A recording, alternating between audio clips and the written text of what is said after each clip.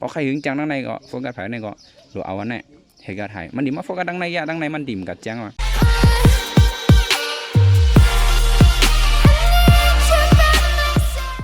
โอเคไม่สงการเรากำในก็มาทบอัน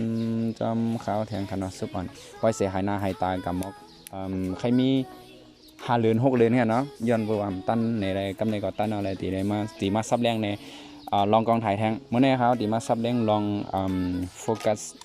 กัสในคณะลองโฟกัสในตีมีอยู่หลายๆมิวกำบันนำในป้อมหูในมันตีแคบหางเฮาก็มันตีบ่แคบในคณะโฟกัสในตีเลนมันคณะมันตีมีออโต้โฟกัสตัวใน AF เรียน MF ในตัวนี้เป็นออโต้โฟกัสเพราะเขาเอาไว้ตีตัวในเฮาโฟกัสกับเจ้าไหนก็มันถึงโฟกัสปันเฮาอ่ะเพราะว่าเอาตัวในตีไล่ริมเล่นในค่ะเนาะมันตีริมตีไล่ริมเล่นตัวนี้ตัวนี้อันเฮ็ดคือมันแจ้งเพราะเอาตัวในพอเอาตัวในค่ะเนาะตีไล่ริมหาแล้วร้อยอันมันคือมันแจ้งนั่นตัวเจ้าในเป็นบ่น้องมีนู่นพอเอาตัวโฟกัสในโหลริมแฮงโหลไล่เต็กตัวในแกว่ามันตีโฟกัสปันเป็นเจ้าไหนยก็ตีในเป็นตีที่ใจสกินตัวที่สกินใจไลฟ์วิวก็มันนำให้เขาสิใจไลฟ์วิวตีไลฟ์วิวนั้นมันตีมีตัวโฟกัสมันอยู่4ตัวค่ะเนาะเพราะมีเป็นมองรุ่นก็ตีเต็กที่ไหนกำนำขนาดมันมีตัวคีรัดมันเต็กตัวไหนก็มันตีออกมาปะนะเป็นตัวเจ้าไหนอันนี้บนห้องว่าตัวโฟกัสมันก็กาป้อมนั้นก็เต็กตัวไหนขนาดเพราะเป็นแคนนอนโฟกัสได้เต็กตัวไหนแล้วก็มาเต็กตีในค่ะเนาะเต็กตีเด็กตีตัวนี้พอเด็กตีตัวนี้ในมันตีมีเลือก3อันในขณะโฟกัสในเพราะว่ากำไตเขาตีว่าเนี่ยโฟกัสในที่ว่าปักใจใส่เอาไว้ตีนั้นตีไหนนะนี่4ตัวโฟกัสตัวที่1เนี่ยตีโฟกัส1ตีแกปองว่าตีได้ปักใจไว้1ตี1ตั้งเนี่ยมองอันมีนำก็ได้ค่ะนะมองอันตีมี19ก็ได้ว่าตัวนี้ซ้ำตีมีอยู่ตึงเส้นในเขาว่า45ในคณะ45จุดตึงเส้นมองตัวไอ้พวกกองถ่ายตัวเลขอยู่ที่กองถ่ายเนี่ยมี19จุดไงเพราะตัวในมี45จุดในอันนี้เขาโฟกัส1ตีเหมือนจึงไปถ่ายมาไปถ่ายแมวเนี่ยเขาใครโฟกัสตีตามมันนะตีได้ใจนิ่มนี้ไม่ได้โฟกัสที่ไหนก็กับปฏิใจตีไล่วิวในได้เฮ็ดเนี่ยไล่อย่างนั้นมันปันเฮ็ดดูไล่เป็นที่ไหนเขา2ตัวที่ไหนแล้วก็เขาเฮ็ดด้วยอันตัวที่1เนี่ยโฟกัสให้มันหมันฮะเนาะตัวที่2ในซ้ำโฟกัสเป็นจุดฮะแล้วเนี่ยเป็นตั้งเก่าจุด1ตีในใครใจตีไรล่ะในกำตีซับแดงในเองทางอินค่ะนะผมเห็นในกองหันเมื่อเขาตีดีไซน์แคบหางว่าเขาตีเอาหมอกนั้นไว้ตีในเนี่ยนะเขาตีโฟกัสกับตีในนั่นเขาตีเฮ็ดที่ไหนนั่นอันนี้ให้ตั้งค่าไว้นะเพราะเขาเฮ็ดที่ไหนเพราะเขาถ่ายหึงแจงตีในตีเดียวกันเนี่ยก็เขาตีหนังหือมันตีมาโฟกัสตีเดียวนั่นเขาตีเอาตัวในมาไว้ตีไผ่ตั้งเนื้อเนี่ยเอาไว้ไผ่ตั้งเนื้อเนี่ยเพราะเขาตัวมันหันเยอะเนาะเขาก็หึงหันได้เนี่ยฮึตั้งแต่จีน่ะกองถ่ายไม่ได้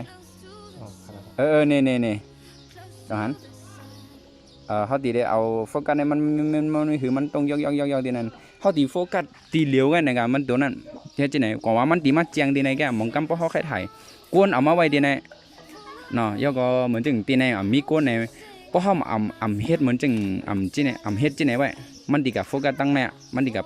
ปักใจใส่ตั้งในเนี่ยบอกว่าตั้งในตีเจียงไปตีก้นในทำตีเพราะว่าเขาตีเคยคือในเจียงเนี่ยก็เขาโหลโฟกัสเอาตีก้นนั่นแทงเนี่ยอันนี้เป็นโฟกัส1.1ที่ไหนอันนี้ตั้งเหนือตั้งไตตั้งอันครึ่งกลางนั่นก็ตีมีตั้งเหนือตั้งกลางตั้งคางที่ไหนฮะเนาะแล้วก็มาแทงอันนี้ตีเปลี่ยนไผ่ในแคบหางเขานั้นเขาตีแบ่งไว้3ตอนเพราะว่าใครโฟกัสภายในอันนี้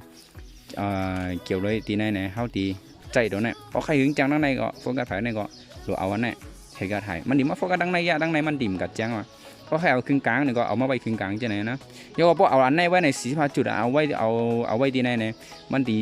โฟกัสกับมันดีออโต้โฟกัสกับเดียวนะอันนี้มันจังเนียทั้งไม่นะก็กับคือกันด้วยนะเพราะว่าเป็นที่ไหนเนี่ยมันติ้งโฟกัสกับกูดีมแล้วเพราะเอาที่นั้นเนี่ยมันอะไรจำว่ามันดีโฟกัสกับที่นั้นก็ว่าเพราะเป็นหน้าจอที่ไหนได้มันติ้งโฟกัสแห่งก้อยมันไล่ที่ไหนเนี่ยก็มันดีปักใจใส่ที่ไหนเนี่ยก็ไล่ที่ไหนอันนี้เป็นลองโฟกัสอันนี้เลยใครลานเนี่ยว่าคือใจกันให้มัน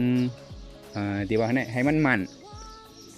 นะครับเนาะก็อันนี้เป็นลองโฟกัสอันนึงนะครับเนาะเพราะใจตัวนี้ก็เหมือนกันนะเพราะว่าอันนี้ก็ ตัวเมื่อกี้โหลดริมหากันนะว่าเต็กเขาส่องได้เพราะมือเดียวเพราะเขาส่องได้เขาที่หันมามังโฟกัสตีไรมือเดียวเนี่ยเขาเอาไว้อันไหนเนี่ยเพราะเต็กหาเพราะเหมือนจังอ่ะเขาแค่ถ่ายหมอกเนี่ยเขาแค่เอาหมอกเนี่ยไว้ที่เจ๋งตั้งเนื้อเนี่ยเป็นสไตล์เนี่ยอันนี้เขาใจนั่นสกินเพราะเป็นที่ไหนเนี่ยมือเดียวเนี่ยเพราะเขาตัวดังในเขาที่หันเป็นที่ไหนเขานะก็เอามือเดียวมันจังเฮ็ดได้ดีที่ไหนเพราะเอาที่ไหนเนี่ยเขาโหลเอาอันตัวที่2เนี่ยเขามาไว้ที่ไหนเอามาไว้ตั้งเนื้อเนี่ยก็เพราะหันหมอกเนี่ยก็มันดีมาโฟกัสที่ไหนแกวมันดีมาโฟกัสที่ไหนแล้วก็ตีในก็ตีแจงกะตีแจงกะเพราะเขาลิ่มที่ไหนก็มันตีแรงมันตีขึ้นมาโฟกัสตีนั้นบอกว่าเพราะเขาใครถ่ายแค่พังหนึ่งผักมีดีไซน์เท่านั้นเขาหลุดเฮ็ดจะในคันเนาะก็วันวันนี้ก็มีกันในคันเนาะมีขอถามจีก็ปันไว้เขาไม่ดังไปคันเนาะก็วันนี้ก็มีกันในครับ